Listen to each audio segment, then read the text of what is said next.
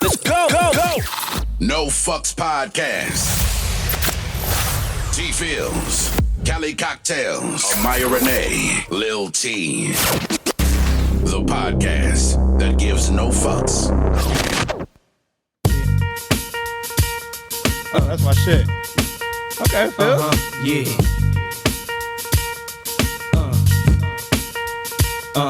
Yeah. Y'all can't hear it on here. But it's all about the Benjamins. That's why you need to get to his Facebook page. Terrence Fields. T-E-R-E-N-C-E. What y'all wanna do? Fields. Wanna be ballers, shot callers, brawlers, who be dipping in the bins with the spoilers. On the low from the Jake and the Taurus, trying to get my hands on some grants like Horace. Yeah, living the raw deal. 3-course meal, spaghetti, fettuccine, and veal. But still, everything's real in the field. And what you can't have now, leave when you will. But don't now. It's a whole lot of money in this motherfucker. You see it. That's hey. DJ, A whole lot of money. Hey, what's her name killed us? Is it Nikki? Who? Is Nikki the feature? Who's the feature? Ain't gon' keep me run no bullshit. Oh shit get old. Ain't gon' keep me run no hoe shit. These hoes get too bold. I'm allergic to that no shit. My wrist game on cold. I might pick my coupe Yeah, she killed to that match shit. with my toes. Yo.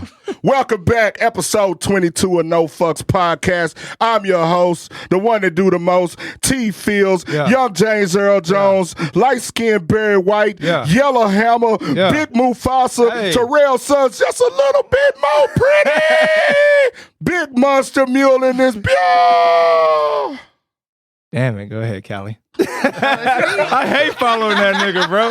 I hate following that nigga. He's so extra. Yeah. Y'all crazy. Yo, what's good, y'all? This Kelsey, a.k.a. Cali Cocktails, representing for the West Coast, baby. Thanks for tuning in, y'all. What's up? Hey, and you know who it is. It's Lil T, a.k.a. John Thomas. Not too many AKAs because I'm not comparing myself to every other yellow nigga that's out there today. So that's all I got. That was cute. Appreciate it. Anyway, the reason that we're back here today, we appreciate y'all joining. Everybody watching live at home, let's give them a big round of applause.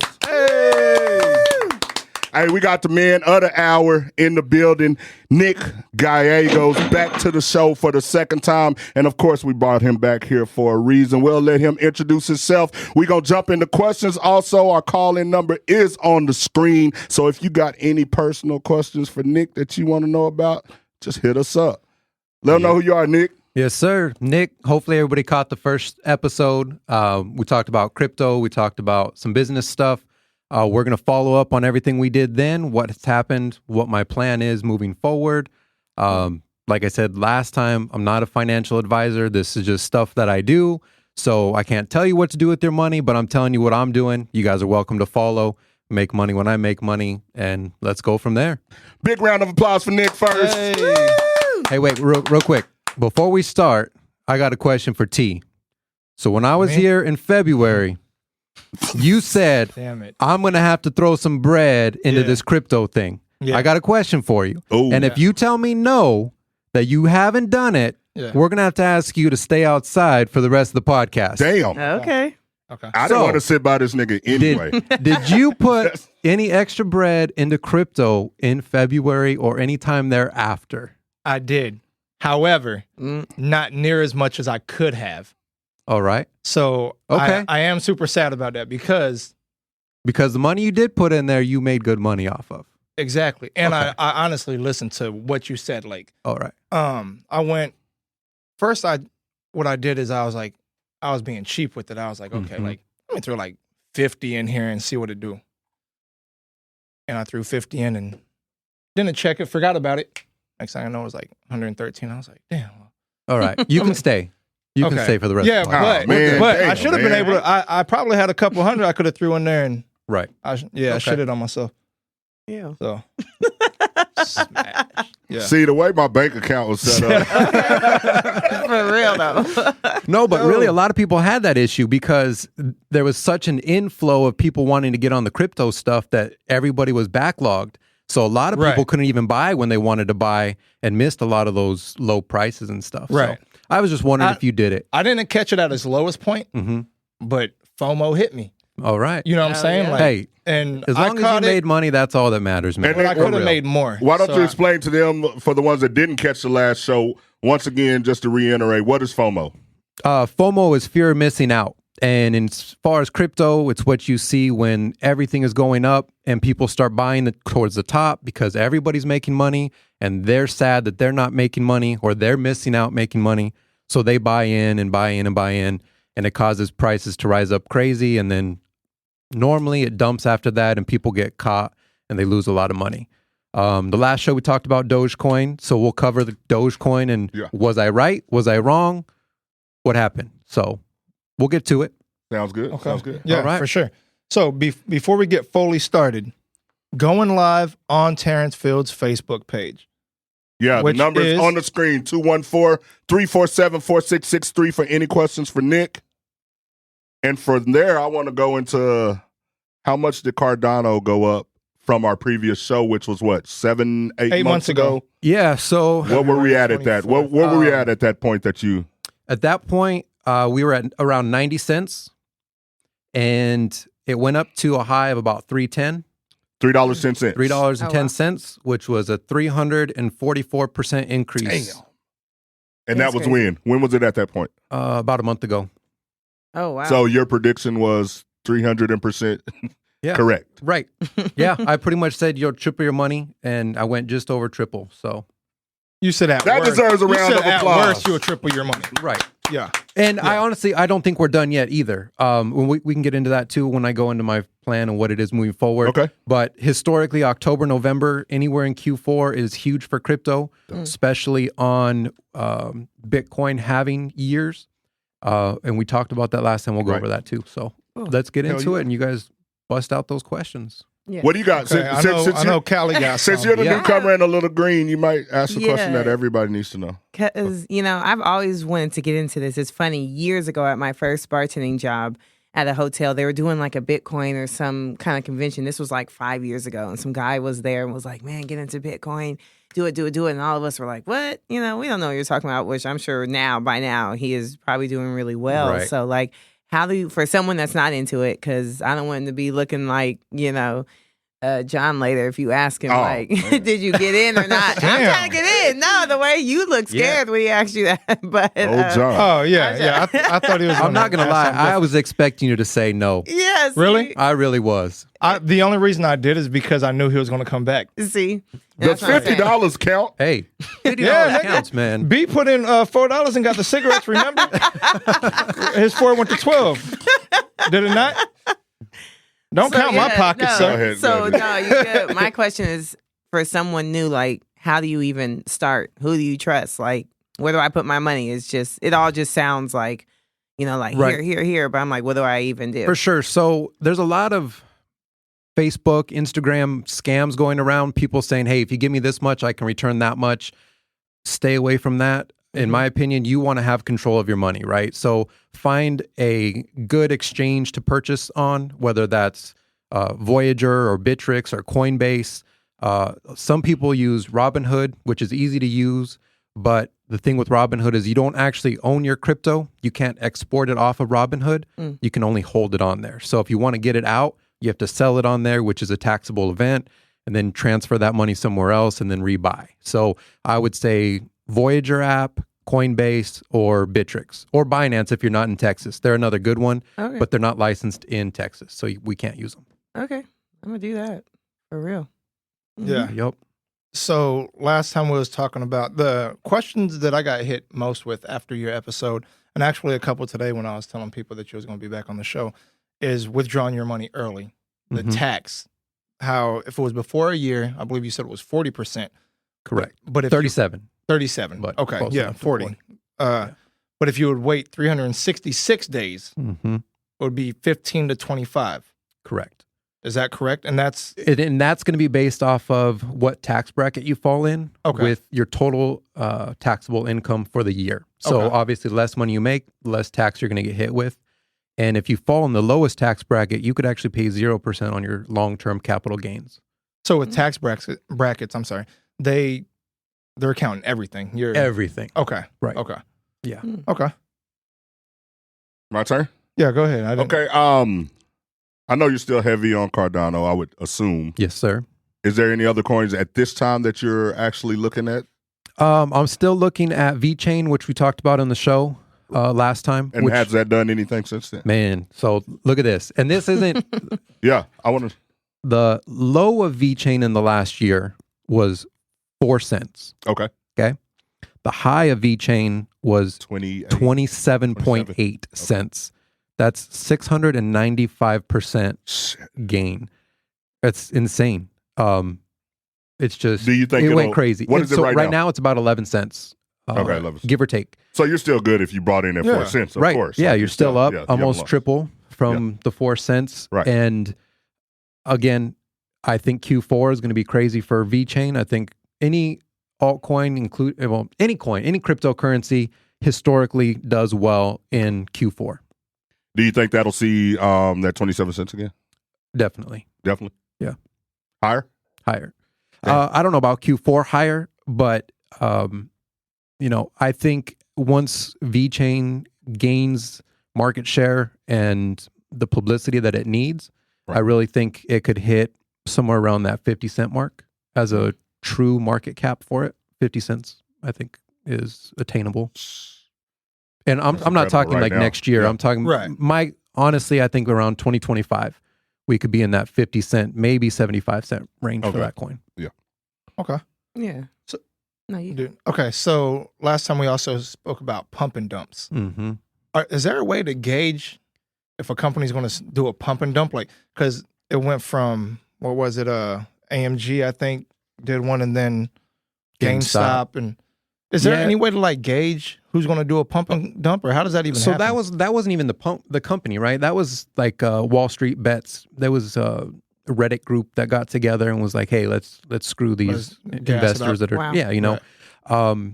And most of the pump and dumps aren't done by the actual companies themselves; they're done by groups. Okay.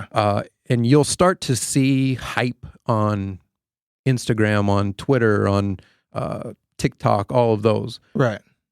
Those are the coins that I personally stay away from. Other people jump in and they make a crap ton of money, bro. But And jump out. that's the thing, is timing your exit and making sure you get out at the right time. We talked about Doge being a pump and dump in the last show, and it had gone from a penny up to 7 cents, Right. and then it had dumped back down to about 3 cents As a on meme our coin. show. Right. Right. And the crazy thing is, and I said it's a pump and dump coin, I won't touch it, this and that. And I was partially wrong. I mean, I didn't see this coming, but look, man, it went up from 7 cents from our show to 73 cents at its all-time high. Man. Oh, wow. That's a Damn. 1,042% increase. And now, on the flip side, though, pump and dump, it's now down 70% from that 73 mark. Mhm. So a lot of people are down 73% on their money. And then what do? Now they're Right. stuck. Yeah. Now you either walk away from 70% of your money, Or wait for it to or come back. you wait for it and hope it comes back. It comes back up. But the thing Yeah. with pump and dumps is they don't always come back, right? People use them and throw them away. So, that's like, there's a lot of other coins out now, like Shiba coin. In my opinion, it's nothing more than a pump and dump. They're trying to make it a utility coin to where it serves a purpose. But at the end of the day, it's a Doge knockoff, same dog, same everything. And it's going parabolic, and then it dumps, and then it goes parabolic, and then it dumps. At some point, that ride's going to end, bro. And if you're stuck on that ride, And that's your why, money's gone. And that's why you made sure you stated, like, do not put your money that you can't afford to lose into it. For sure. Like, Yeah. because, you can't risk it all. You know what I'm saying? Like, put something in there you could afford to lose. Right. I did like that part of the episode when you said if you, whatever 100% that you're putting in, you got to be prepared to lose 100%. Right. And I mean, if that's just how investments I feel like work, because I feel like stuff like this isn't for the person that's just trying to make a quick dollar. You know what I'm saying? Because I feel like a lot of people that talk about it are all on these, like, I just want to get this money. I want to get rich. Right. Or and I'm like, I don't feel like it works that way. Like, unless, I mean, And like you said, there you are get people out who in get time. lucky, right? Exactly. I mean, if you got Doge at 7 and just happened to be right on the time when Elon pumped it and went up, and in 1 month you could have made 1,000%. I mean, 10 grand at that 7 cents is 104 grand in a matter of months. And so, Yeah. how does the cashing out work? Like, do you just be like, "Give me my money, please," and then you Yeah, have so- like a Zelle in your account one day? It depends on which exchange you're using, right? So, Okay. like if you're using Coinbase, what they do is they do an automatic sell for you. So I just say, I want to sell 100 of these, and they'll sell them right then and there for you. The way that they do that is if a coin is selling at, say, 7 cents, they give you 6.8 cents for it, right? So you're taking a loss on it because they know at some point they're going to be able to make up that money. Mm-hmm. So you take a small loss up front because you can sell it all. The way I do it is I use Bittrex, and I sell at a certain amount. So I say I will only sell at 7 cents, but I have X amount to sell. So if I have 100,000 of them, I'll put in an order for 100,000 at 7 cents. Mm-hmm. And I have to sit and wait until there's a buyer willing to pay 7 cents for 100,000 of them. Oh. So there's two different ways depending on what you guys are using. And Okay. Voyager, the same way, it'll automatic sell. So they do take a fee right off the top. So you do lose some, but it's automatic. You don't have to worry about, oh, there's not 100,000 worth of buying power right here. So Okay, cool. it can go through. I am learning so much. I'm about to do all That's this what's up. when the I'm telling episode you. is over. Yeah, I'm Gonna go throw that 50 in there. look, hey, No, look. I do have a question though. I got to. All right, so have you started day trading since then? Since the last show? So I did day trade for about a 2-month period. How'd you do? I did good, man. I loved it. It brought back, that excitement and gave me sense of accomplishment every day. But now I think with Q4 coming up, now's not the time to day trade for me personally. Okay. I think our run up, once it happens, is going to be quick and it's going to be exponential. And getting caught on the sideline because I'm trying to get 3% a day isn't worth it. Gotcha. So realistically, there's going to be a time where I could see us just literally running up 50 or 100% in under a week. Like that's how crazy Q4 normally is historically on bull cycle years, right? Gotcha. So, like crypto market, Bitcoin specifically in 2013, which was a halving year. Let me, for anybody who hasn't been on, let's break down what a Bitcoin halving is, right? So Bitcoin mining is how Bitcoin is created and how they actually verify transactions. So if I send you Bitcoin, there's miners, there's a system of computers that verify that I'm truly sending Terrence this amount of Bitcoin. And doing those verifications, you're rewarded in Bitcoin. And every 4 years, it halves, meaning if the reward was 100 Bitcoin for doing that transaction, in 4 years, it's going to be 50. And then the next halving, it's going to be 25. And then the next halving, 12, right? 12 and a half. Right. And so that's what a Bitcoin halving is the rewards for doing the transactions and actually mining the Bitcoin are getting cut in half. So what that does is that decreases the supply, which increases the demand, which increases the price. So you'll see that we've been on 4-year cycles due to the Bitcoin halving, and everything follows Bitcoin because it's the big daddy of all of them. So when Bitcoin's going up, you'll see everything else go up. When Bitcoin goes down, everything else goes down. And there are a few outliers that act on their own, or if they have special news coming up or whatever, they'll do what they want to do regardless of what Bitcoin's doing. But for the most part, everything revolves around the Bitcoin halving. And in 2013, after the Bitcoin halving, in October, Bitcoin saw a 59% increase in just the month of October. Yeah. Right? And then November, it saw a 451% increase in 1 month. So from October to the end of November, you're looking at 451%. So almost 5x, right, in 1 month. And then come to 2017, October, again, Bitcoin halving year, following the Bitcoin halving. And October was 47%, November was 49%.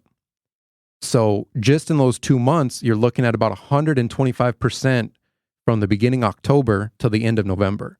So in 1 quarter, or not even a full quarter, you're looking at 125% increase historically. Right. So if that's what we're going to do again, which we may or may not, there's a lot of other factors with economy and inflation and, things that are going to affect it definitely. But historically, if we've done this every cycle, why is it going to change? Right. And until you prove to me it's going to change, I'm expecting the same thing to happen. literally everything's happened the same with all of these cycles, you know. Like Cardano, I told everybody it's going to run up until the release of their hard fork. Once their hard fork happens, it's going to dump. And a lot of people on YouTube were like, oh no, it's going to keep running up because this is the biggest release of technology that they've ever had. And we went from that $3 mark all the way down to $2, you know, so that was a significant... Can you explain exactly what a hard fork is? So the hard fork for Cardano, this one specifically was the ability to add smart contracts to the coin. And what that would do is the hard fork is a change in code that these coins are running, right? So they make some specific change to the code that then allows new technology to be added on once this hard fork occurs. Okay. And so basically it's just a change in the technology that's moving forward. And every single time has been something different, right? So they added staking rewards originally was one of their hard forks. And in doing so, you got paid. And that's yearly? It's actually every 5 days for Cardano. So you get paid out every 5 days. So the way that works, if you hold Cardano, you can put it in a wallet, a daedalus wallet, and stake it to a pool that is doing the mining, just like Bitcoin. And what they're going to do is they're going to use that coin to operate their blockchain, and they're going to pay you out every 5 days for doing so. Wow. Most of the pools are somewhere between 4 and 6% ROI on the year, not on the day or on the 5 days, but over the course of the year. And I mean, which for doing nothing except holding your Cardano there, and you get paid in Cardano too, right? So if Cardano's going up, your staking rewards are going up as well. Right. So that's another good thing about it. But so one of their hard forks was staking. And then the other one was the most recent one was the smart contracts. So now they can utilize smart contracts, which is how they're selling all these NFTs and other things, utilizing Ethereum and or Cardano. So it's allowing other things to be applied to the blockchain. Did you understand any of that? Yeah, I mean, it really it's a slow process. Look, I'm be honest. I'm gonna have to listen. I know you got a big ass head, but I don't know if you understand. But I have the luxury of when the mics turn off, I could get a slow down a little bit. One more. Can I get one more question? Yeah, get it in. All right. Okay, I know you. Well, I would assume you're on your phone checking. The rises and falls on day trading a little more. How much do you check the prices and things today on an average daily, do you think? When I'm not day trading, it really depends on what the market's doing, right? Okay. So the last couple weeks, we've been in a downward trend. Everybody's hitting me up. Why are we crashing? Why are we crashing? What's happening? Yeah. And back to historics, September is always a negative month for Bitcoin and crypto. Always. Okay. Yeah. And I've pointed this out to everybody, went back all the way back to 2010. We're always negative in September.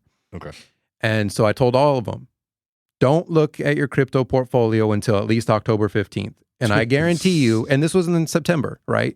And I guarantee you that it's going to be significantly higher than it is today. Okay. And sure enough, here we are. Today's what, the 13th? 13th, yeah. And everybody's significantly higher than they were in September. Gotcha. So it really depends on the time of the market and what is going on. Normally I check a few times a day just to kind of see what's happening. Especially now that we're getting towards the end of the year, I'm kind of game planning what I want to do. Okay. And part of what my game plan is going to be is determined on what the market does and how quickly we do that. Hell yeah. By day trading, are you speaking on like that Forex? No. That is day trading. And okay, because I had friends trying to put me on, and I was like, man, I'm going to do it. It was like, whoa. It's a lot of work. It seems like it's a lot of work. Well, the way they made it seem, you just get in and go high or low, and then, I mean, by a lot, I mean, they were like, do it, every day. Like, it felt a little cultish, and I was like, all right, I don't know. But it was cool. And same thing, like the money with Forex, there's a lot of groups that you copy their trades and do everything else, and you pay for this, you pay for that. Some of them work, some of them don't. It was like you get a package, right, and then you get access to certain I don't know, like I don't even know what to call that stuff. And then like I said, you either go high or low. You don't want to miss an opportunity, and then bam, you make money. The way my friends were talking about, the way you cash out, you can cash out weekly or whatever you want to do. It's like a paycheck, and then whatever you put in, you would do like 70%. I don't know how. It was just a lot. And it seemed like it made sense, like, because a lot of people thought it was illegal and stuff. But it's like the same idea, like in the last episode, you guys said how the banks do our money. You know what I'm saying? Oh, yeah. It's like Everything else. it's like, I guess Forex is kind of similar to that. It's just instead of the banks doing it or something, we're doing it with, I guess, other currencies. I don't know. You like pick the currency. Yeah, and it's you trading currency against currency. Exactly, and yeah. You're betting on the margin in between those And and it's which like direction instant. they're going to go. The Right. way it's going, it's like So they're like I really do it, fast with it. What I do is very similar, but I'm mainly trading the US dollar against whatever crypto. Oh, right. okay, So okay. instead of the Japanese currency versus the US currency, I'm doing US dollar versus Cardano or versus Bitcoin or Litecoin or VeChain or whatever coin I'm using at that time based off the charts. And I'm getting in and out as those fluctuations happen. Mhm. I'm using the same charting system that they're using. I'm Yeah. using the same patterns to predict or estimate what's going to happen. Yeah. It's very similar to that. Yeah. And like I said, I have my targets and I get in and I get out. But Yeah, that's what that felt like. You check it out. you got to be there. I mean, yeah, that's you what have they to were be there. saying. You got to know what's up. And it literally one fraction of a second, which is why, in my Yeah. opinion, a lot of those groups don't work because I may hit sell right now, but by the time you get the alert, it's no longer valid. Literally right in now, like we've 10 gone minutes. right.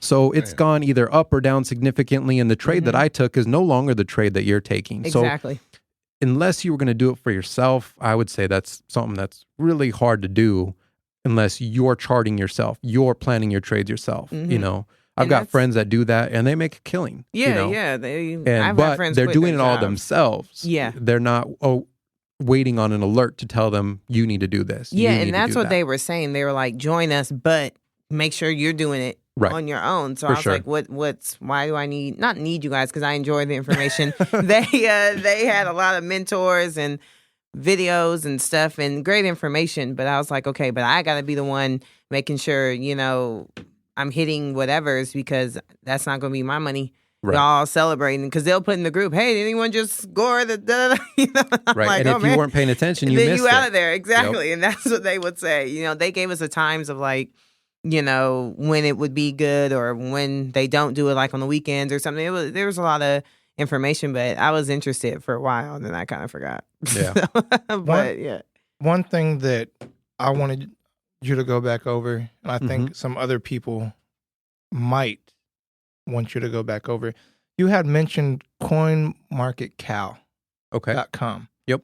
What exactly is that? And So CoinMarketCal. So there was two websites, CoinMarketCap and CoinMarketCal. okay, I'll go over both of them. okay, So MarketCal is a calendar, right? So it's CAL, just like calendar. What that is it's a website that has all of the events happening with any and every crypto.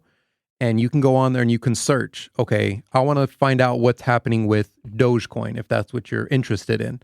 And you type in Doge and it'll pull up a calendar of every single event that's happening.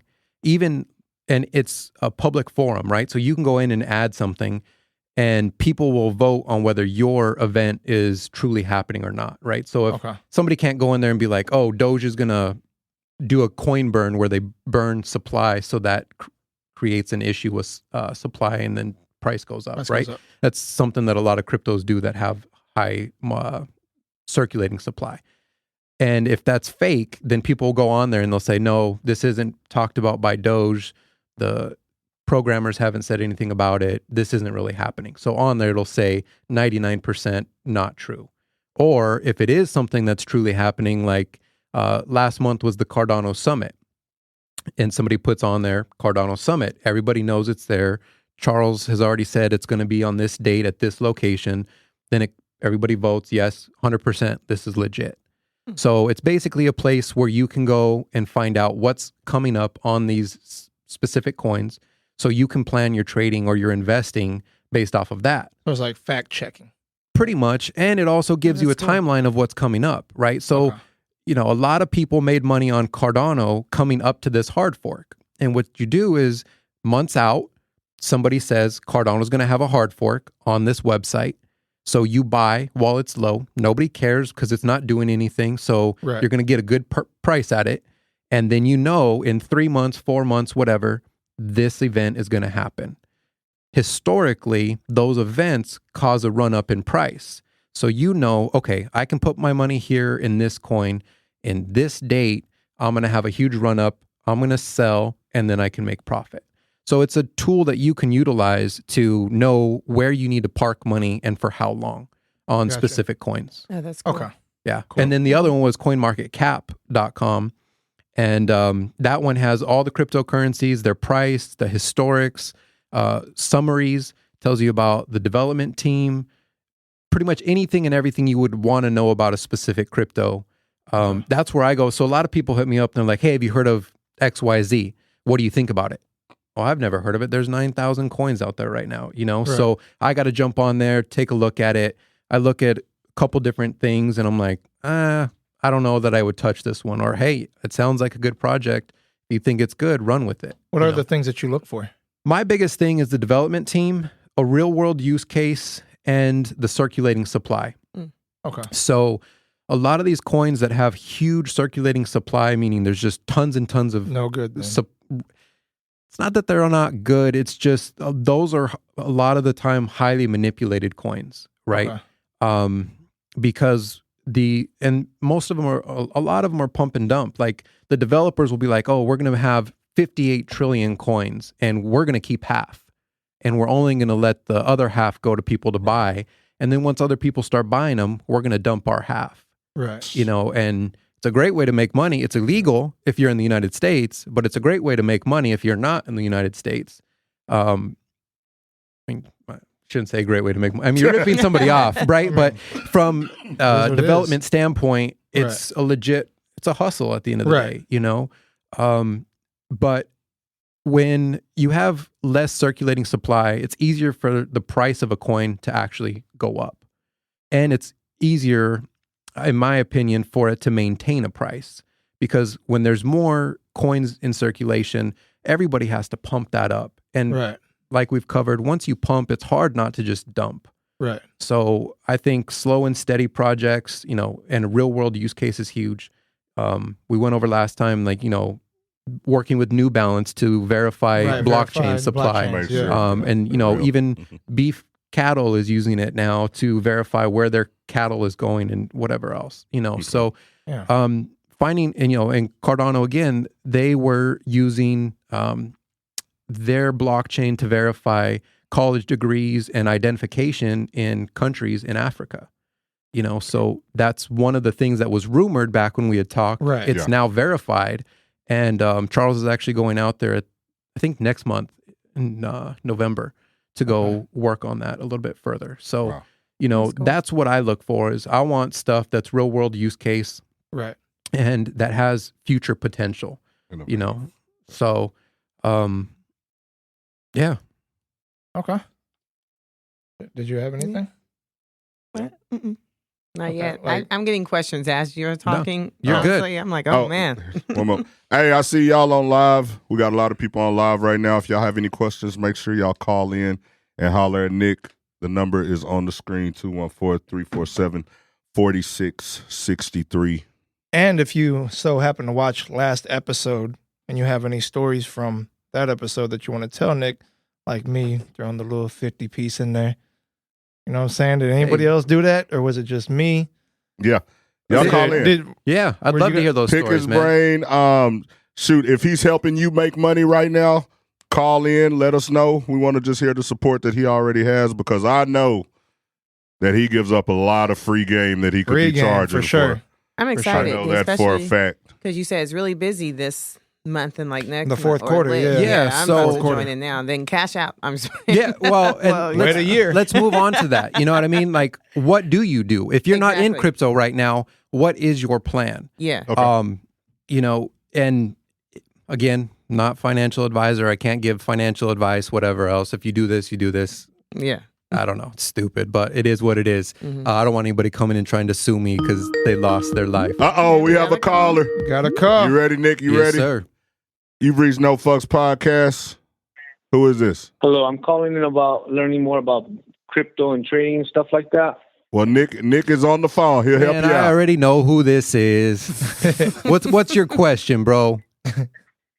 My question is Dogecoin going to go up because I invested all I have in there? And I know who this is. Yeah.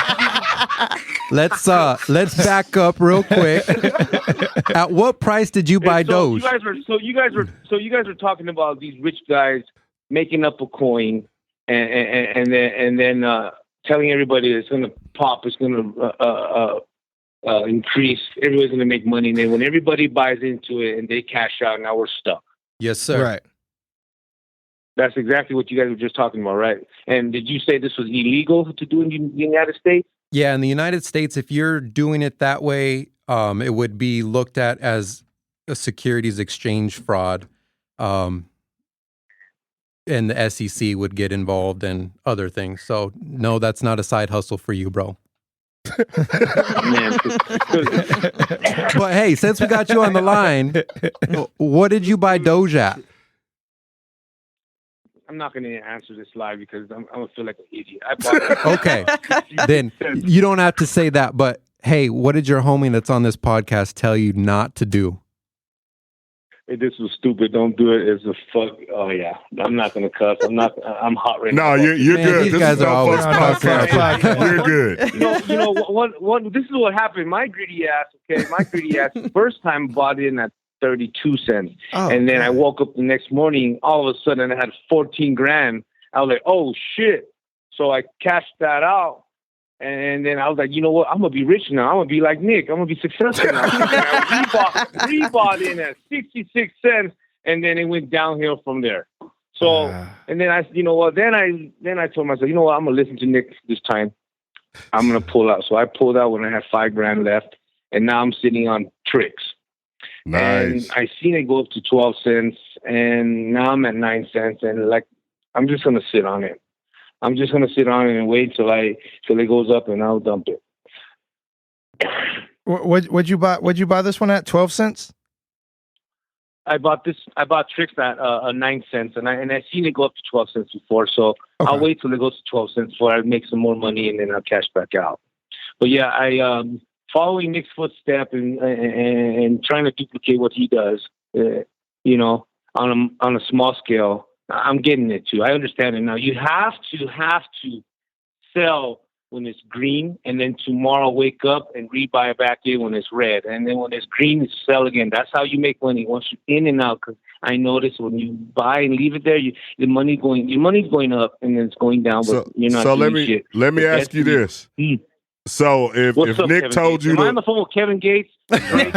satellites, hey, nah, for real. So if Nick told you, hey, put your whole bag on this right here, I know it's gonna hit, would you hesitate or would you throw your money on it?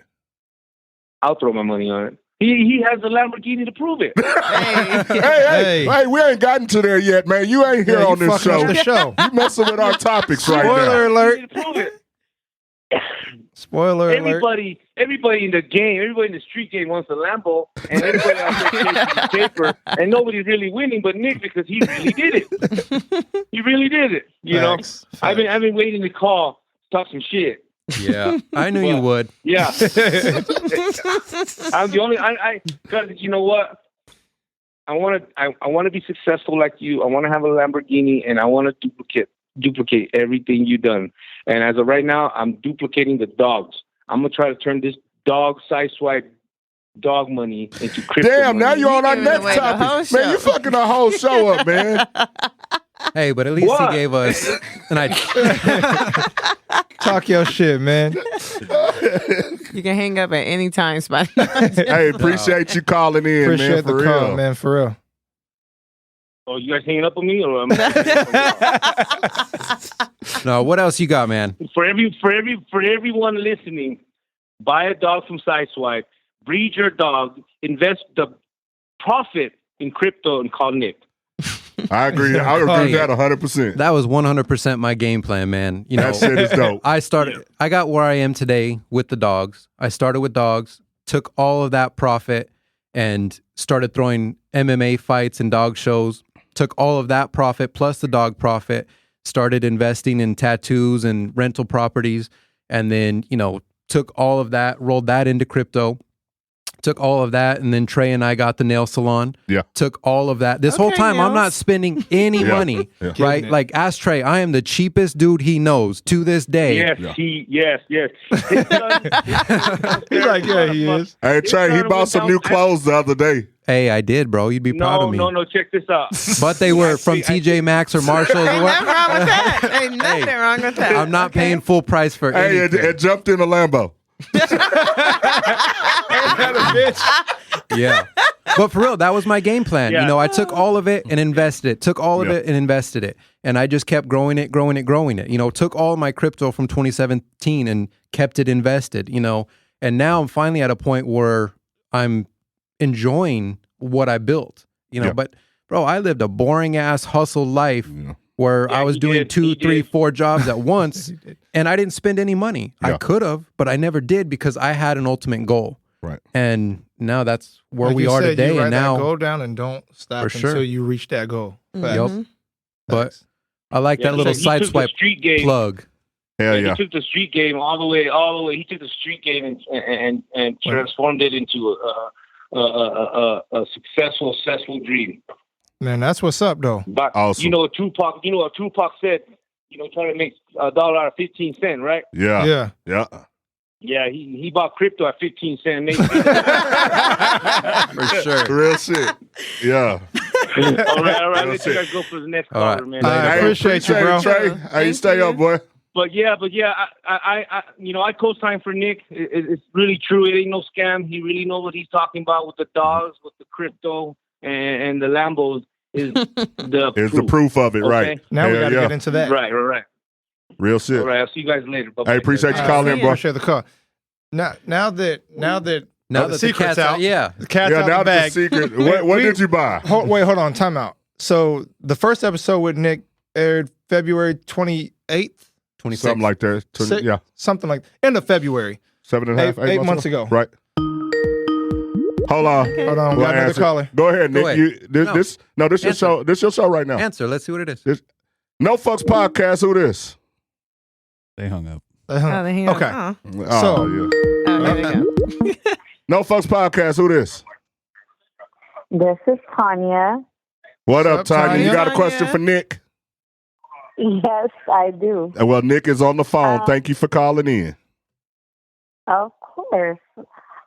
So say if you're a newbie trying to learn about how to do those and all that, what, I guess, apps or what advice can you give as for beginners? Yeah, definitely. So a little earlier, we mentioned some places you can go buy the crypto, which the ones I mentioned were Coinbase, Bittrex, and Voyager. That's who I would utilize. They're US based, so you're a little bit safer buying through them. And CoinMarketCap, which is what we talked about, is a good resource to go on and learn about all of these coins. It talks about what the coin does on there. It talks about who their development team is on there. Talks about, like I said, coins in circulation to me is huge. I would try and stay with smaller circulation coins. And just do your research on there. YouTube's also a great resource. There's a lot of good stuff on YouTube. Just got to be careful because a lot of people are only pitching whatever they've already purchased and they're just trying to pump up those coins. So definitely don't get all of your research from one spot, but I would say YouTube's also a good spot to go learn and do your first initial research. And not to cut you off, but you said the chart guys. Yeah, on well, YouTube, so the right? chart guys is more about technical analysis. That would be more day trading stuff like what we had talked about. They're great for day trading. However, if you're just getting into crypto, I wouldn't recommend day trading yet. I would get into the markets, watch the markets, see how they react before you start trying to day trade, because it is highly volatile. It goes up quickly, it goes down quickly, and it can be overwhelming for somebody who's just getting into it. Okay, well, I had bought in when Dogecoin came out. I think my first time I bought in was at 12. And then when it shot up, it shot down and then shot back up. And then I bought it again at 37. And then I jumped on the Shiba. I don't know if you've heard of that one. I'm sure you have. I went and bought, I think, $50 off of that one. just recently on Coinbase. So I'm trying to stay within the market, learning it, but I just want to know how to, like, you know, when to cash out, when not to cash out, when to sit down and just be patient. So both of those is there coins, any pointers you can give on that? Yeah, definitely. So both of those coins are going to be highly volatile coins, which I'm sure you've already noticed. Okay. Your portfolio is going up a lot. It's going down a lot. Right. Q4, which is the last 3 months of the year, are historically good for crypto. So I would just sit right now, and once you hit a target, which I talked about in my first one, is have an exit point, right? Because before you are invested, have that exit point, write it down, and stick to it. Because once emotions get involved and you're like, oh, I could make more, or I'm down so much, or whatever the case may be, it's harder to make a clear decision when your emotions are involved. But if you have a piece of paper in front of you that says, okay, as soon as Doge gets back to whatever, 30 cents, whatever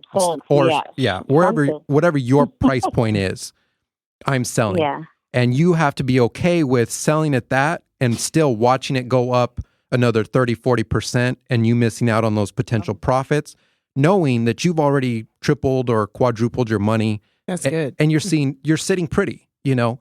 So I would always have an exit plan from the get and write it down and stick to it. And write it down when you're non-emotional and run with that to stay with. That's really good advice. And yeah, that is good advice. Later on in the podcast, I'll go over kind of what my plan is moving towards the end of the year, and it will apply to you as well. But I'll go over that once we get to that point. So stay tuned and we'll go over it. I just want to invest into something where I can retire at the age of 38, which will be, you know, coming up hear soon. you, Tanya. I hear you. Okay. Yeah. So I just wanted to get some pointers on that, and I appreciate your time.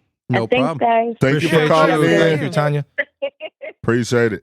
I actually have a question. Yeah. After what she just said, when she says she bought in and then bought it again, how does that work? Like, I figured once you buy in once, like, you're in. So I don't know what her amounts were, but for easy math, she bought 10,000 of them at 12 cents and another 10,000 at 35 cents. So you can just keep going. Yeah, you can keep adding on and adding on. But so you don't like build off of what you just bought. Yeah, so now she would have 20,000 of them. Okay. But instead of, so now what you would do is you would average the two costs together, right? Okay. So you have 10,000 at 12, 10,000 at 35. Now you have 20,000 at an average cost of probably 21, I would guess would be the middle of that, somewhere right around there. Okay.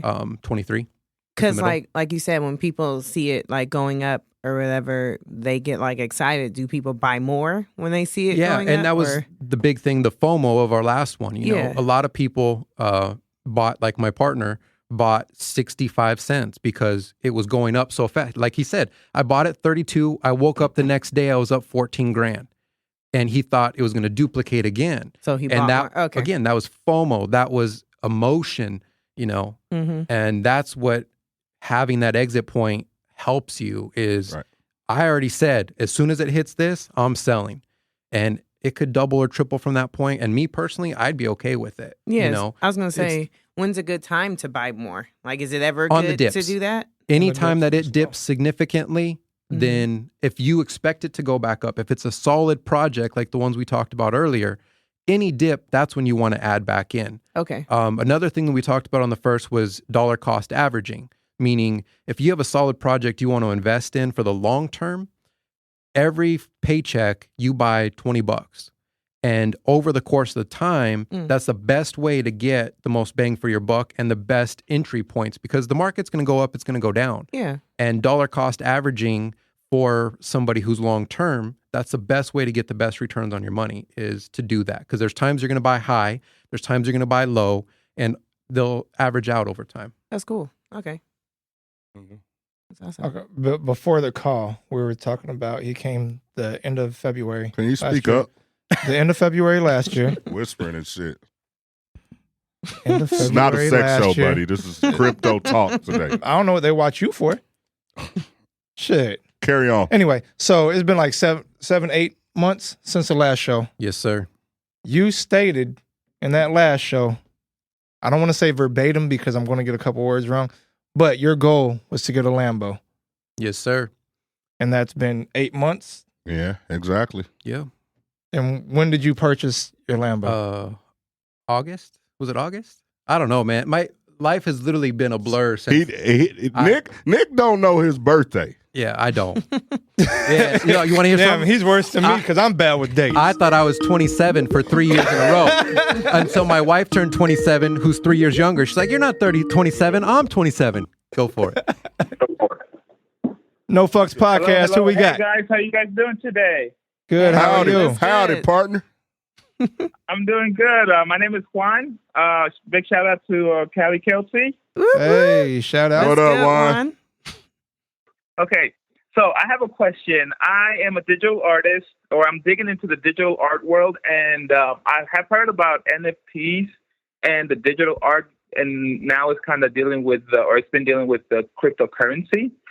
Do you have any advice on how anyone like myself that is just really starting to get into this,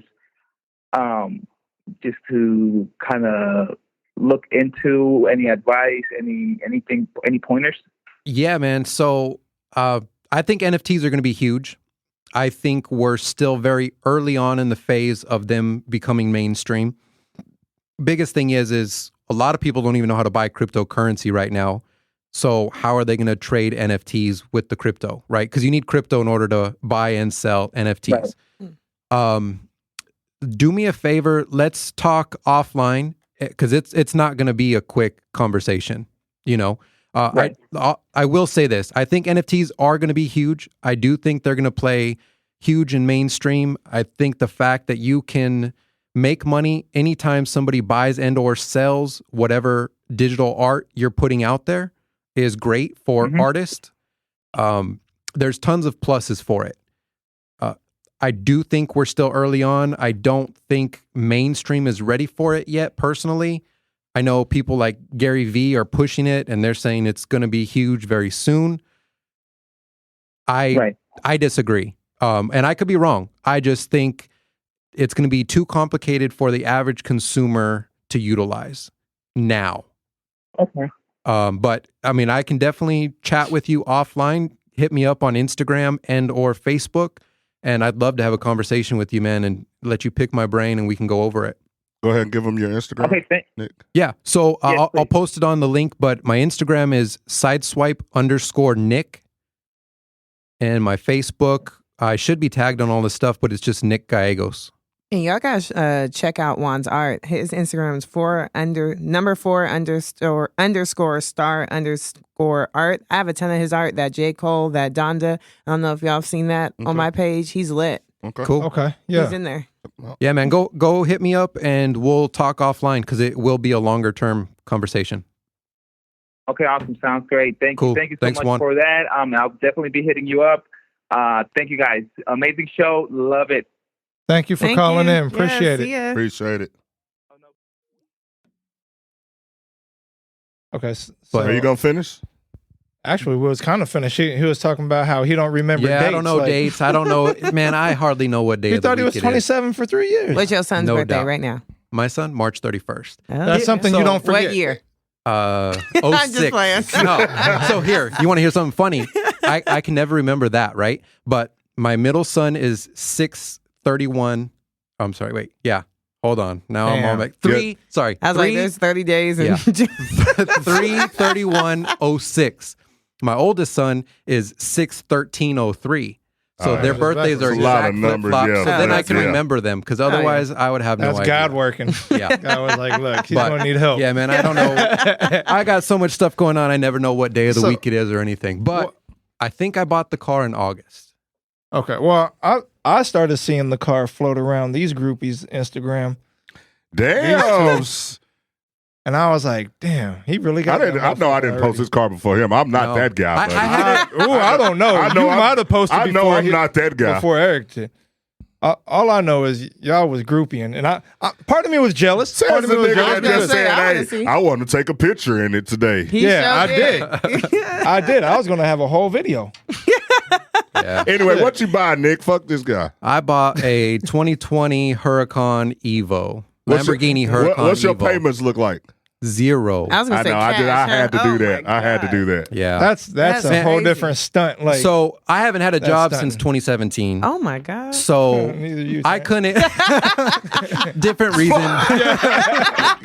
But hey, and that's not true. T's had about 52 jobs since 2017. I am Jamaican. Yeah. So I honestly I couldn't have financed it if I wanted to. Okay. So I had to pay cash for it, and I waited until this point to buy it. I mean, I could have bought it back in 2017 before Trey and I bought the nail salon, you know. Right. But I wanted to make sure that I could buy it and I wouldn't even know that I bought it. Right. It's not going to affect It's not anything. taking a hit. Yeah. That's crazy. Right. So yeah, we bought it. Like I said, I think August, September timeframe. And Okay. I've been driving the hell out of it, man. I've put 600 miles in it since I've had it. So Tell them about the speeding tickets. well, Damn. I didn't They're get one worth it. yet. Oh, you haven't got one yet? I haven't got one Nice. yet. I can't get one for the first year because I couldn't even get full coverage on my insurance. So I've been Wait, what's your driving record like? Is it that bad? No, it's because of the cost of the car. So I've been with Allstate since I was like 15. And they actually gave me, all tied up here. They gave me a quote and told me it would be about $3,400 a year. And I'm like, cool, I can do that. That's not bad. Then I call them up after I buy the car and tell them, and they're like, okay, so this is going to cover $150,000 in damages. And I'm like, well, what about the other half of the car? Like, this is not a $150,000 car. Mm-hmm. And she's like, I'm sorry, that's all the coverage that we can have. You can go and reach out to Haggerty, which is a custom car insurance place, and we can get you a quote from them and go through this. And I'm like, well, let me find out who all the other Lambo guys are using. So I call him up, get this guy, and he's great. Josh, the insurance guy here in Dallas. I can get you guys plugged with him if you need to. If you ever need exotic coverage, he's been awesome. I got a Volkswagen. Yeah. Okay, I got So, a Hyundai, so he My tells car me, just died the other day. yeah. I hit him up. He tells me, all right, this isn't what you want to hear, but I can get you covered through Progressive. However, it's going to be $7,000 for the year. And I'm like, that's more than my wife's car payment, you know? But if you're good for a year and own this car and don't get a speeding ticket, don't get an accident, then I can get you covered by Haggerty, which is the same people Allstate recommended. And it would only be about $3,500, and they'll cover anything you've done to your car. So my wing that I bought, that spoiler was $8,000 spoiler, right? So That's crazy. they'll cover my $8,000 spoiler. So if I even build this car up to a $400,000 car, they'll cover it for $400,000. That's nice. So, but they want to see what's your resume. Can you handle this car and not be stupid with it? So That should be in the all garage. that to say, I cannot get a speeding ticket for the first year. It would be in the garage for a year. Literally. So, yeah. This nigga here, you probably could only like really ride the spoiler right now, huh? Probably not even the Yeah. spoiler. You know how hard it is for me to get insurance like on a if I- Jetta, nigga? I feel like if I hit your That car, loop on the downslope. I feel like if I hit your car, I'm gonna have to sell my soul to pay for Well, that. yeah, and that was the thing. And Josh was like, hey, so you can get whatever you want as far as property damage, meaning if you hit somebody else, this is how much we'll pay out. But chances are, if you hit somebody, you're hitting another Lamborghini because you're driving with these guys every weekend. So you want $300,000 in coverage. Otherwise, you're coming out of pocket for that difference. So I got $300,000 in coverage and it cost me about $7,000 a year. But that's not bad at all. it's not bad. I mean, at least if I wreck it now, it's completely Yeah, it's covered, covered. Right. and I don't have to worry, and I'm not covered for $150 like I was. Next one, the doors will lift up. Next one, the doors will lift up. That's crazy. So I was going to say, so what's the next goal? Like, how often do you put these goals in place? Because you said, as far as like kind of going back to investments in Bitcoin and stuff, you said you set your goal, and once you reach that goal, Bill, like, don't get emotionally involved. Right. How often should you switch your goal up? Like how? I personally have a vision board, and I break it down into this year, meaning this calendar year, 1 to 3 years, 3 years, 5 to 7, and 10. Right. Okay. So I have columns, and I put all of my goals in those columns, and they just get shifted down. Crazy thing is my 5-year goal for income or revenue or whatever, I hit this year. So I was able to pull a 5-year goal down to this calendar year goal. And so, you know, I've got a lot of other goals. My other partner, Donald Sanchez, and I are working on some big property development stuff, some multi-million-dollar deals that it's the biggest thing I've ever worked on. We're excited. Okay. It'll be sick. And man, if it pays off, I'll have that vertical door Lambo for sure. Where's your nail salon at? So they're in Albuquerque. So the first guy that called, he was my partner at the nail salon. He actually bought me out, so he owns that one outright now. That's cool. So he's running it. He's doing good with it. Hell yeah! As much as I be in there. Yeah. So, yeah, he does good. So, yeah, good deal. That's fire. But don't forget, if you have any questions, feel free to call in 214-347-4663. Yeah, y'all call in. Stop being scary. I know y'all don't know a lot of shit, so y'all need to call in. Can't nobody be more embarrassed than me for only dropping 50 in that joint. So that's all you put in was 50? Well, I scattered like a little more like throughout the time, but like total. He pulled it out. No, I did pull out once I got a little bit of bread, because I was thinking, I thought the highest point of Doge was going to be 42 cents. And I was like, okay, this is it. This is my moment. Yeah. Let me pull out my $213. Yeah. And then, but hey, from $50, I mean, that's not bad. But if I wouldn't have been scary, like, because when you was like just putting like $50 a paycheck or $25 a paycheck, and I was thinking in my mind, I was like, I have that a paycheck because I know how much I blow when I go out, like fucking going to hookah lounges or fucking. Oh, with I've Eric seen your or Instagram. Whatever. Yeah, it's stupid. Like, if I would invest that money into, you're easy a couple $100 a month, easy. Oh yeah, for sure. So I fucked that off. So hopefully, this will get me back on track. I'm doing all right. I'm so doing like, getting back on want track. The challenge. Let's do this. Getting back on track. Here's what I personally see coming, and how I'm handling what's coming. Okay. So, like I said, I think October, November are going to be phenomenal. If you are a higher risk investor or even a gambler, I would say buy now and run. And on what? Still, VeChain and Cardano? I think both of those are strong. I really do. I think both of those are strong. I think Ethereum is strong. I would stay with the more solid projects for these next 2 months. Gotcha. However, I do see Doge pumping. I do see Shiba pumping. You know, historically, Bitcoin's going to run up a week to 3 weeks prior to everything else, while everything else just sits there and everybody gets bored. They're going to all FOMO into Bitcoin. Profits from Bitcoin are then going to dump into the mid-cap coins like Ethereum or Litecoin. Okay. Those are going to run up crazy. And then while everybody's sitting in the other large cap coins. And then from that point, it all dumps into everything. Dogecoin, Shiba Coin, Cardano, VeChain, XLM. Then those coins are just going to run up crazy. Okay. However, they normally have blow-off tops. So they go up super fast. They come down super fast. They look like the Eiffel Tower on those charts. So if you were high risk, then I would say try and make some quick money October, November.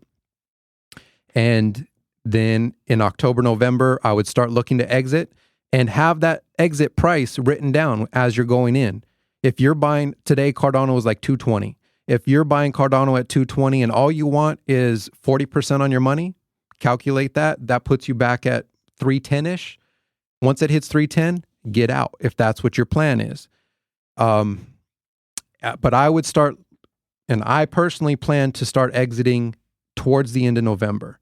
I think the market will have a few more months after that as it goes up, but I'm playing it safe because I'm already into huge profits.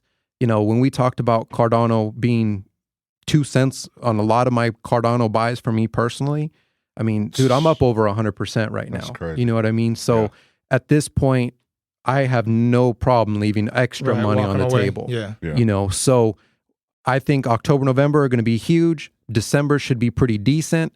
However, as we start to go into next year, I personally, and this is just what I think based off of historicals, I think we have another huge 70% crash coming. And I think within the next 12 to 18 months, we will be down 70% on most, if not every single coin. Damn. Now, that's a huge we have other factors. Again, like I said, we have the whole Biden administration. We have inflation. We have, the Fed talking about what is crypto. Are we going to regulate it? What are we going to do? So there's a lot of other factors. And we have institutional buyers that we've never had before, right? So they could help maintain Bitcoin stability where we don't dip 90%. Cardano in 2017 went up from under a penny to $1.33. That was its all-time high. Crashed all the way back down to 2 cents. You know what I mean? So you're talking about 97% retracement right there. Right. And then now we're back above $2. We're at new all-time highs. Not right now, but we're higher than the previous all-time high. Let's put it that way. So I anticipate the same thing's going to happen because every Bitcoin cycle this has happened. And it all follows Bitcoin, whether we want it to or not. Currently, we are too immature as a market, in my opinion, to not follow Bitcoin. Right. And Bitcoin is on this 4-year halving cycle, and we're coming to the end. And, I think we're going to dump. And I think we've got another 3 to 6 months of potential growth, closer to 3 months, in my opinion. And then we're going to start a dump for probably anywhere from 12 to 18 months. Damn. And what I plan to do is, like I said, I'm going out November and I'm going to sit and I'm going to wait 12 to 18 months. And I will stack money from every other thing that I'm doing to put into this. And in sometime 2023, maybe early 24, I think we're bottoming out 23 sometime. I will dump all my money back in and write it back up. And the next halving is in 2024. And so 2025, if history repeats, we should have a huge run up like we saw this year, 2017, 2013. So we should be on that same 4-year cycle, the same gains, same everything.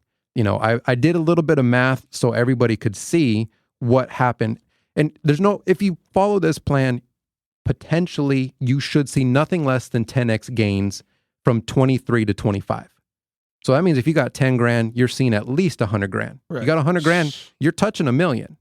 So everybody wants to, that's the magical number, right? How do I become a millionaire? Right. If you can come up with 100 grand between now and 2023, I potentially see you becoming a true millionaire if you put your money in smart coins at that point. Right. And right now, I can say it's going to be the top 10 coins is where you should put your money, but things could change. Somebody could leave a project could quit developing. But realistically, if you buy the bottom or close to the bottom in 23 and just sit, don't day trade, don't try and get in, get out, make these quick profits, buy the bottom, sit and be patient into 25. There's no reason you shouldn't 10x. And just for math purposes, what I did for examples is Ethereum 11.9x this cycle. And it went from a low of $362 to a high of $43. Okay, that was 11.9. So that means 10 grand would have got you 118 grand on this cycle. What was them numbers again? $362 That's crazy. up to $4,300 high. Oh, up to 43. Dang. Yeah. So $10 got you 118 grand on Ethereum.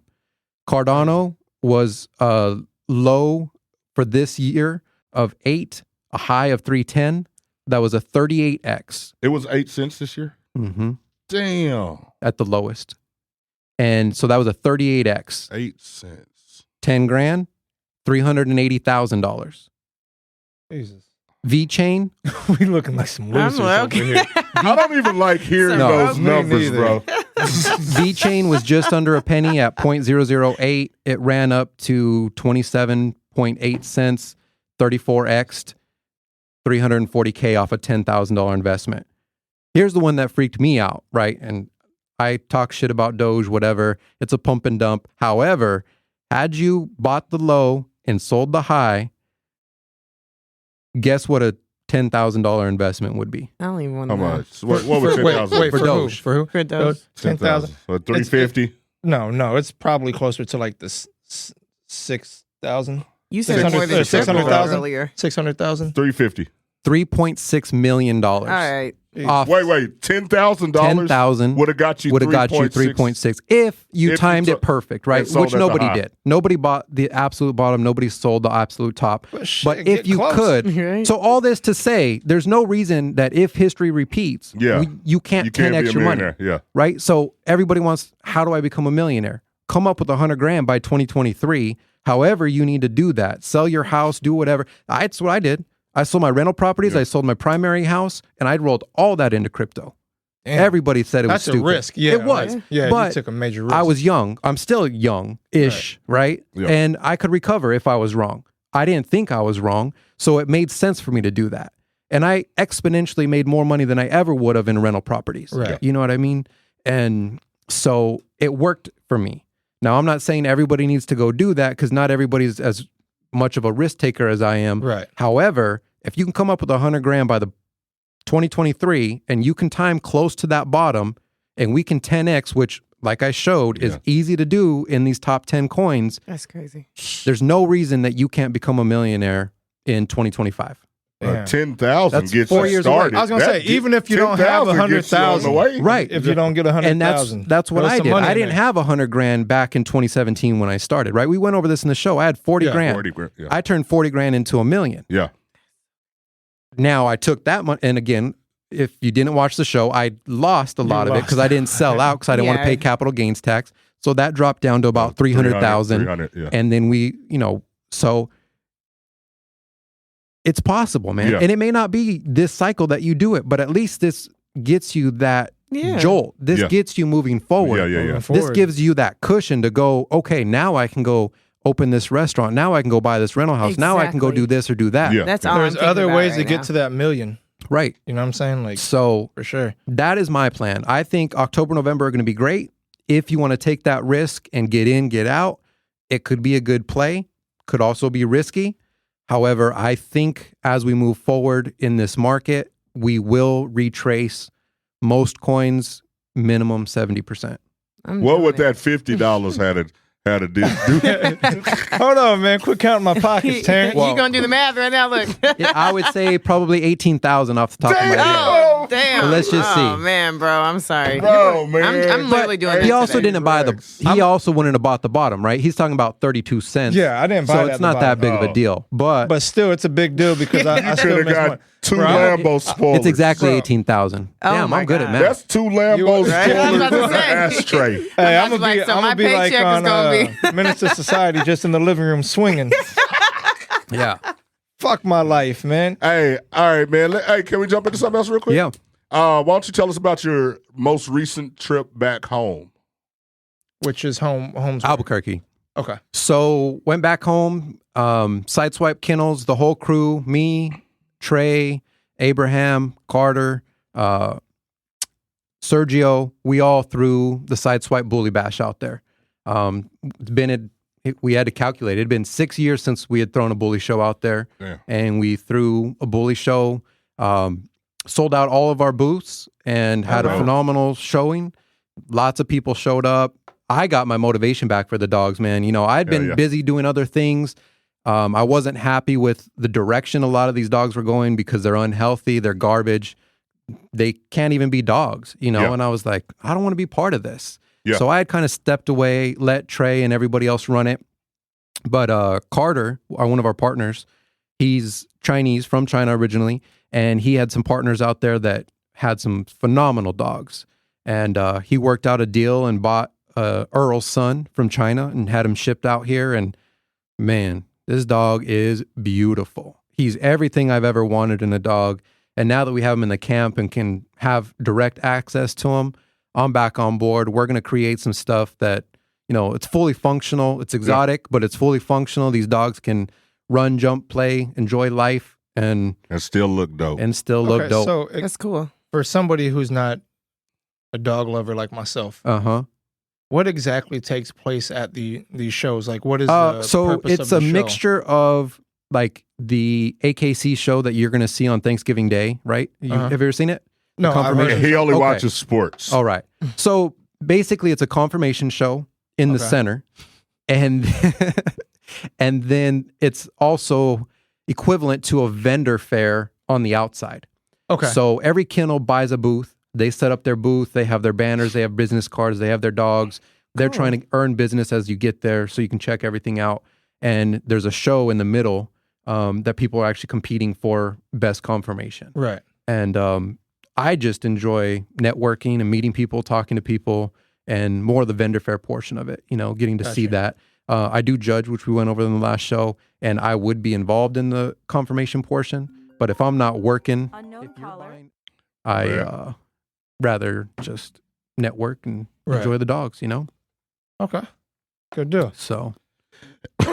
And so what's your plan as far as carrying on with it? You said you're back motivated. Yes, sir. What is your plans? And your kennel name? What's the kennel name? Sideswipe Kennels. I'm part of it, but yes, sir. He's part of it. Still. I want a shirt. Yeah. Those are lit. Yeah. And that's actually I got to give props to Trey, the guy that called in earlier. He had these made for our show. Those are fire. That's our round logo. of applause for Trey. Yeah. Hey, He Trey. wants to be just like you, Nick. He's doing good. The funniest shit is Trey's my dog. What up, Trey? Hey, he's funny. Real quick, I gotta brag on Trey, right? So my biggest thing is like that movie Pay It Forward. And that's always been the way that I've lived my life. Like I've helped out so many people for free. I've never asked for anything because I feel the reason I'm so blessed is because I truly help people out, right? The whole karma, good karma. Facts. Mm-hmm. Yeah. And I've pitched this with Trey. We've talked about it over and over. And, you know, I've helped him a lot in life. And when I went back, he's actually doing what I did for other people. That's awesome. You know, he's given people jobs. He actually bought somebody a car and fronted the cash for it so that they could get to and from work. That's and awesome. they're paying him back out of their paycheck and everything else. And just seeing that is awesome, man, because that's the whole reason I helped him is so he could get to the point where he's at today. And now he's taking that and he's doing the exact same thing and putting somebody else in a position to where they can better their lives. So cool. I just got to brag on him And for then that, man. blessings Shout come out to back. Trey For sure. Yeah. Hell yeah. So he's doing I believe good. that too. Yeah. That's awesome. So props. That is All right. what's up. And directions, like I was saying, direction the dogs. Where do you? Yeah, man. So we're going balls to the wall. Thankfully, crypto has blessed me to where I can breed whatever I want to breed now. Yeah. You know, it doesn't matter if the dog's $5,000 or $10,000 stud fee. I'm not going to overpay. You know, a lot of people are like, oh, he drives a Lambo. Dude, I've had people try and tell me double or triple a price on a puppy. Then they tell the dude down the street. And I'm like, bro, go buy this dog for me because they see you as a dollar sign. Yeah. So, but we're going to breed the best. We're going to do the best. We're going to travel everywhere. You know, coming January, we're going to change everything up. And me, Trey, Carter, Abraham, we're going to run. We're going to go all over. We're going to hit shows. You know, we got Resume out there. He's been producing some phenomenal pups. He just dope. hit over a year. And man, he looks like a full-grown adult now. He's crazy. Real dope. And then we've got Prototype, and then Ammo. Ammo's the other male that Abraham has, and man, he got a huge cash offer at our show for him. And I'm not going to put it out there. But it was more than a lot of people make in a year. So, oh my god, give them a rundown of like, let's just say an average pup, no less than minimum. What would an average exotic go for? Most of the good-looking dogs are $5,000 to $10,000 minimum. That's crazy. You know, for a pup. And then you've got dogs that are coming over from China, full-grown adults, $100,000 easy. Oh my god! And you know, so it's the bread's stupid. It's like anything else. It takes money to make money, and as long as you're doing it right, it will pay you back. Yeah. You know, but you've got to breed quality and you've got to market it. You got to get your name out there. Yeah. And that's where I've been slacking the last few years because, like I said, I was busy working on other things.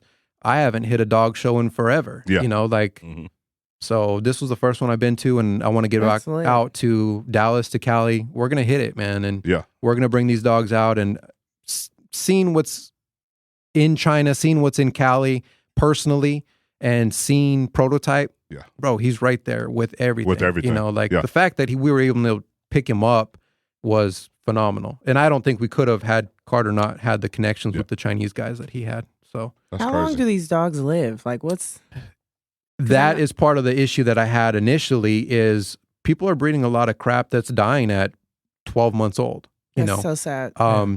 And they're having structure issues where they can't walk, or they're having heart issues or whatever, and they're dying young. And that's what had originally turned me off. But now I figure as long as we're selective as to what we're breeding and we don't incorporate those lines that we know are going to die young, then we can put out a good product and these dogs can live an enjoyable life. That's what I'm saying. $100,000 for a dog, he better be in the family for a minute. They live longer than me. Okay. Yeah. But that's how you started, though. You started with dogs. So that was it's kind of full circle. Right, for sure. That's cool. Okay. That's what's up then. Yep. That's definitely what's up. Full circle. Like I was pretty impressed with the fact the first show you said you had like nail salon. It was just how scattered. I don't want to say scattered because that makes it sound bad. Just how diverse your businesses were. Man, at the end of the day, if it makes money, it makes sense. It makes sense. You know what I mean? And if it's something that I can learn or something that my partner can teach me, then I'm good, you know? And I'll continue to do that and learn from there. And so are you always currently looking for the next opportunity? Always. Okay. You know, I like a couple weeks ago on my Facebook, I was actually looking for some people to partner with. Nobody knew if I was serious or joking, but I said, if you had $1 million in seed money, what would you do and why? I saw you say. You know, and a few people that posted up on there intrigued me, and I hit them up, and we'll see if anything comes out of those. Okay. I'm not going to just partner with anybody because I got a good idea. But, I mean, if you can bring something to the table and I can bring this to the table and we can work together and build something all day. Gotcha. Because you said you haven't worked for a minute. There was this video going around on Instagram that was like, this guy was like, hey, I quit my 9 to 5 so I can work for myself. And now he's like, I'm working 24/7. And it was like a joke. But I mean, I still feel like that's better than having to clock in somewhere. So do you feel like you're just working all the time? It varies. Like there's weeks where I'm jam packed and I'm, 5 a.m. to 2 in the morning. And then there's weeks where I don't do anything all week because there's nothing going on that week. All of them are going to vary and everything. But you could still be making money. Right. And mainly through other businesses or passive investments. That's lit. So what Jay say? You ain't making money till you making money in your sleep. Oh, damn. Like once you get it working for you. Right. I take out of this. You need money to make money. For real. Yeah. Yeah. But I really do feel like a Mick asshole for not. Someone give me $10,000. Shit, just give me I know what to do with. If 50 could turn to 18,000, I'm putting my 50. That's what I should. Man, you ready to cry? Right? Yeah. Well, and told you. What else did I say I wanted to cover? Yeah, we got a little more time left. But remember, if you guys have any questions for Nick, any questions about crypto, we got anything a few minutes that we left, spoke about, so if y'all still want to call feel in, free you to most call definitely in can. 214-347-4663. There you go. Good job.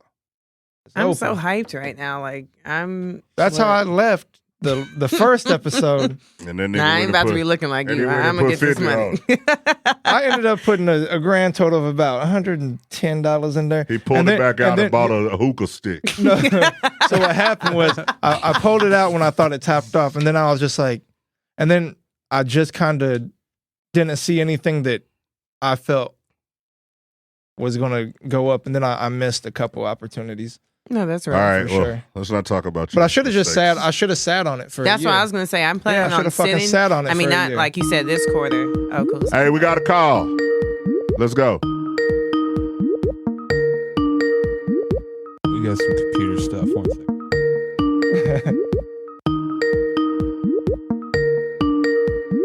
Do you like that sound? That's all right. Oh, we're trying love to get it. We might have missed the caller. Got it. There Got we it. go. You reached Hello. NoFux Podcast. Who are we speaking with? What's up, man? What's happening? Hey, Who are we speaking to? Ramrod.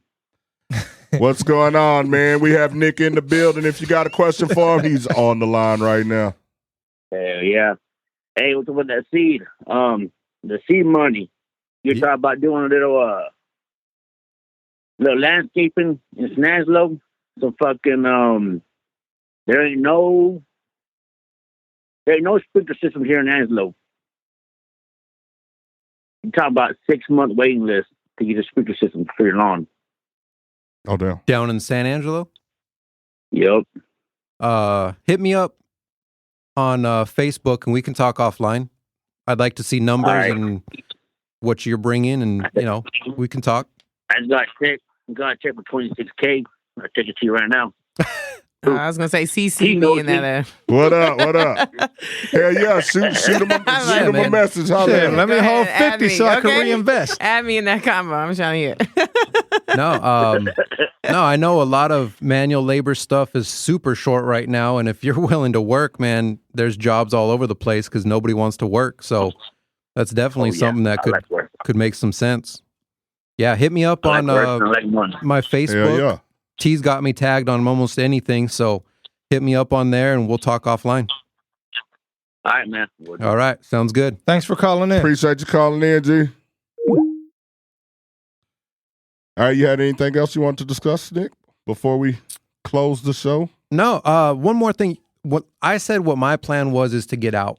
Right. And if that's not something that you're looking to do, I don't see anything wrong with just letting your money sit until 2025. If you don't need that money and it can just sit till 2025, you're going to save a lot on capital gains tax. So keep putting money in on the low points? Keep putting money in. Yeah. Keep putting it in. I would start in about 6 months or so. I'd start putting it back in at that point. Leave it in and let's wait for a dip and then start just dollar cost averaging, man. Yeah. So I'm not saying you should sell because I'm selling. All I'm saying is I want to pull these profits out. And what I'm going to do with the majority of them is I'm actually going to stake it in USDC, which is a cryptocurrency that's pegged to the dollar. So it doesn't fluctuate. And they'll actually pay you 8.6% interest a year just to leave it there. So, if you're taking money and letting it sit there, that's more than any bank is going to pay you. Yeah. Exactly. And your money's not fluctuating, right? Mm-hmm. So it's pegged to the dollar. It's going to be $1 and let it dip and then buy in. And if I find some phenomenal business to invest in, I can pull it out. It's liquid, just like cash, but it's in a cryptocurrency. I just got to flip it from USDC to USD and I'm good. Yeah. So that's my plan is I'm exiting. I'm putting it into USDC to try and earn some interest while I wait for what I see is crash coming. And at that point, once I feel we've bottomed out, then I'll go back in and I'll buy all my cryptos that I think are good buys at that point and then just sit. And at that point, I'll 100% be in long-term capital gains tax. Hopefully Biden's dumbass hasn't switched it to that point where even long-term is 40%. Because that's what he's pitching right now. I'm like, bro, you know how many investors you're going to chase away by that? What's the point of investing if you're going to take it no matter what? Right. I'm taking my already tax dollars and investing. I'm taking 100% of the risk. Yeah. If I lose, I can only write off $3,000 a year in losses. So I lose $100,000. It's taking me 30 years to write that off. On the flip side, if I win, I got to pay you right now. And it's like, so, and fine, whatever. I'm making money. I got to pay my taxes, do my duties, whatever. But the difference between 20%, which is what long-term caps out at, and 40% is huge. It's huge. It's huge, yeah. You know what I mean? So, especially like if you're in the 7 figures, you're talking $250,000 plus. Yeah. So it's just, and that's extra, $250,000 plus extra on top of the long-term that's already there. So. Theoretically, that should help you out being in the long-term capital gains tax and just letting it sit. And that's my plan because, I want to start a business once I'm out of school. And I feel like I still have about a year or so. So it's like, that's why I'm like, I want to invest now because I've been thinking like, man, am I going to have the money to just start up and buy the supplies and put myself out there and thinking like this? I'm like, man, I'm hoping to, cash out at a good time. And then I can just... I don't want to just say quit all my jobs, but be able to fully go into the business that I want to do and have the money to back it. I've been just like freaked out because I'm like, for sure. What do I want to, how am I going to get the money? And it's like, I can literally invest my own money now and watch it sit and leave my emotions out of it. Cause like you said, write your plans down and have the goals. Cause like I said, I want to be done with school in a couple years. I want to be able to start my business and, go from there, but I need the money. For sure. And I would never be where I'm at today had I not invested. There's no way that I could have made the amount of money I've made today without investments. No way, period. Yeah. Second thing that I would recommend to you and anybody else is if you're starting a business, don't quit your day job just to start the business. Do both. I did multiple jobs and or businesses for many years before I quit. And again, I lived off of one. We invested 100% of the other, and we lived like we were broke, you know. I am broke. Right, and keep that mentality, which is great. That's great because you are used to this lifestyle. Exactly. Right? So just because you make more money doesn't mean you need to go spend more money. That's exactly. And I did do that, and I screwed up initially. When I got a good job out of college, I started making good money. I went and bought the big house. I went and bought the Mercedes-Benz. I went and bought all the stupid crap. And then I was like, wait, I'm making 3 times what I used to, and at the end of the month, I still have the same amount of money left. How did I do that? Yep. Yeah. Dang, that's And real. then I took a step back, got rid of the Benz. Now, I mean, even up to everybody makes fun of me because I drive a Camry, like a granny Camry, man. And it's like I went from a Camry to a Lambo, right? But who cares? I don't care. It gets me from A to B. Hell yeah. You know, we had downsized our house. We had done anything we needed to do to bring our life back into check. So I had extra money to invest. I had extra money to start that business. And I recommend everybody do the same. Live as broke as you can and invest everything you can. And, you know, few years living broke can change the rest of your life for sure. Y'all can live in the Lambo. I totally Just believe playing. that. Yeah, I totally believe that. That's real though. Yeah. The advice is easy to hear, but it's hard to take. Impossible. Because what you just said, I feel the same way. I went from I worked at probably my worst job, like a grocery store or Walmart, Man, I feel you. to where I'm at now. And I still feel like I don't have as much extra money as I used to have then. And then when I sit back and look at it, I'm like, I'm not doing nothing differently. I'm clearly spending differently. Yeah, the spending habits are. And it's nothing to show for it. Yeah. So I got frustrated with the little money that I put in. So I did put a little more in my 401k. But the only bad thing with my 401k, it matches 100% up to 8%. Right. So after the 8%, I mean, it's dollar for dollar, pretty much. And so now I'm just like, okay, it's at the 8%. Now I need to start trying to invest again. But I need to stay dedicated to it. You know what I'm saying? sure. Like, and I think, I don't know. Are you I think, asking for his permission? No, I think this. No, I'm not asking for anything. I'm just letting him know 401 gay. that I noticed that he was trying to lead me on the right track last time he was here, and I fucked it up. Just because you ain't had a job long enough to have a 401k, you don't even get What the did he say? papers in. I got $200 in Merrill Lynch last Yeah, time. no, man, he don't even know how to doesn't pull know it how to out. get it out. You don't know how to pull it Man, out. they trying to That rob bitch me, still man. got your money. You got to stay at the job for how long to start your 401? Bro, Man, the he longest said, job he had was at Shakey's. I got 10 jobs. Remember Shakey's? I got 10 jobs. Yeah, but for how long? It don't matter. I got He them. was at Shakey's like 4 days before I got that him. one Which of dude. these jobs you paying taxes? He don't work there long enough. Say it. The attorney general is here. What's Shakey's? Fast food or what? Yeah, it was a little chicken spot that had Rojo potato. Some dude came in there when he was at work. Man, and your beat his head ass. look like a Rojo. And he got Anyway, fired. man, Nick, you got anything fired. else? You act like you got a different haircut We under got that hat. 7-8. Who? You. Man, I got waves in my scalp. Let me One of see. y'all should get y'all head tapped. Would y'all ever do that? Nah. He Man, that might. has- You wouldn't He do might. it. Hey, we appreciate Nick sliding through. No, it was a lot of fun, Definitely. man. I appreciate Dope it. show. I can't wait. Hey, I y'all like make this sure we're going to change. release this video probably by Friday morning so y'all can look back for And everybody who missed it. We gotta Y'all have make him sure back. to share it. Hit Nick up. Go ahead and give them all your where to find you at, man. Facebook, Nick Gallegos, last name Gallegos, and Instagram, sideswipe_Nick. And if you can't find him on there, we tag him on everything. Yeah, so. these guys tag me in everything. So if you follow them, I'm easy to find. Yeah. Y'all make sure get ready to get some dogs, especially in the Dallas, Texas area. Yep. And look into crypto. And don't be like me and get your little $50 in there and Definitely get it out. However, I still made money if that's what we really want to talk about. Yeah. I still made money. Hey, but I'm happy to help anybody. Hit me up, DM me on any of these questions you guys have offline. I'm easy to work with, man. So yeah. That's Yep. lit. Hit You me should up. try to get on Skillshare. Have you ever heard of that? mm-mm. It's like an organized YouTube. Like you have to pay for like a subscription, but you can learn about anything. And I tried to look into that, but the way some of these like classes were set up, they were tough.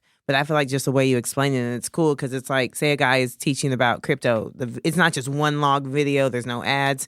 They tell you how the difficulty level, and you can it'll break up the whole class. Like it'll this first minute and a half is about the intro, or this is about a certain part of it. And you just sell subscriptions? Yeah, exactly. Okay. I mean, the subscription is like $100 a year, but when I say you can learn about anything, I was just wanting to learn how to draw one day and just was learning how to do anime stuff. But they have a lot of stuff about crypto and Bitcoin, and I tried, and I was like, I don't understand none of this stuff. But I feel like the way you explain it, I don't even think you have to be this super certified whatever, but you can literally just do a class. Because I remember on the last episode, you said you don't have time to be trying to do too much, to start a YouTube channel or anything. But a lot of these people, they have one class, and no matter how long it is, it's just broken up, and you can, re-listen, take notes.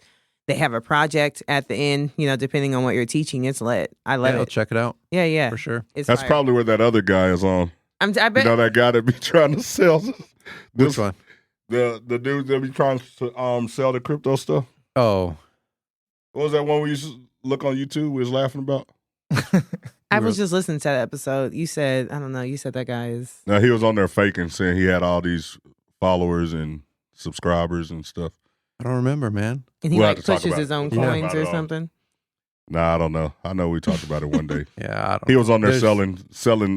Oh, on Twitter. He'd be on Twitter. And he was selling fake courses? I think he was selling everything fake. I don't know. I'll have to pick your brain to remind you. We'll have to go back and check it out. Anyway, thank you, everybody, for showing up, listening, thank you guys. tuning in, supporting. Make sure y'all hit on our YouTube channel, subscribe, follow us. Like I said, we'll be releasing this episode on Friday, so y'all can go back and review it if you want to. Share it with your people, your friends, and your family, and watch it over and over like I'm gonna do. Thank you again for showing up, because I already know you be at home at this time. He did say that. He said he'd be in the bed. Yeah. So appreciate you so much. Yeah, we're good. Got anything else you want to finish off? No, sir. Just hit me up with any questions, guys. Happy to help. We'll finish it off like this then. Let's see if we can hear it. You really feel like you're a DJ, right? When you play a song. When you play a song off your phone, you really think Yeah. All right, Spider, we can set it down, man. Woo! I'm allergic to that no shit. My wrist game on cold. I might paint my coupe white just to match with my toes.